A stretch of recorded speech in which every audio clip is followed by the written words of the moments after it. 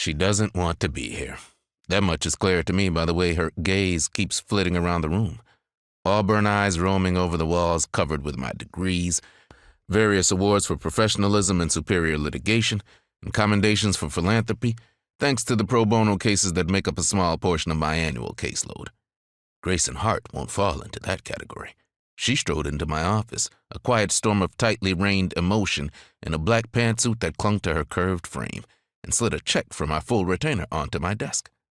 Then she sat down, crossed her legs, and deflated right in front of me, all the bravado, confidence, and purpose melting out of her body in a slow, painful leak that would have broken my heart if I had one.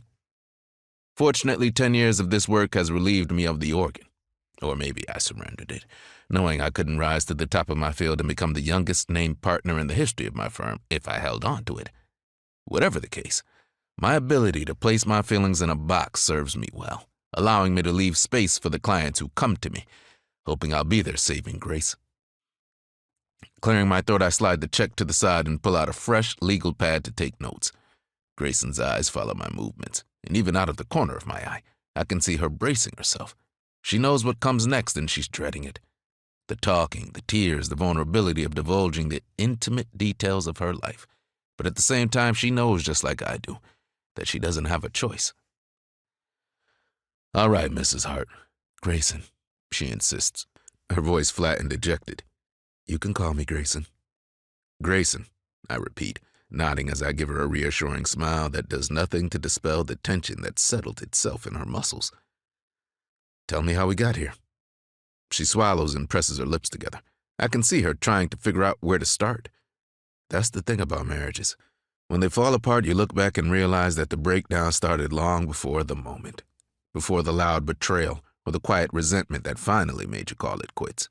You look at the waist of your union and find that there are a million little threads attached to it, weaving their way through it, causing cracks and rifts that rendered it irreparable. And when you're sitting down with someone like me, someone whose entire job is to exploit those cracks and ensure you're able to create something out of the wreckage, then it all starts to feel like too much. Too much information to sort through, too much pain to process, too much everything. Grayson has been silent for a full minute now, and I stay in it with her, letting her process. Most attorneys would have jumped in at this point, prodding her with questions and assumptions about what led her here. But I don't do that, because she's had to lead. She has to speak. She has to tell me what's important, and that only happens if I wait patiently to find out where she starts her story.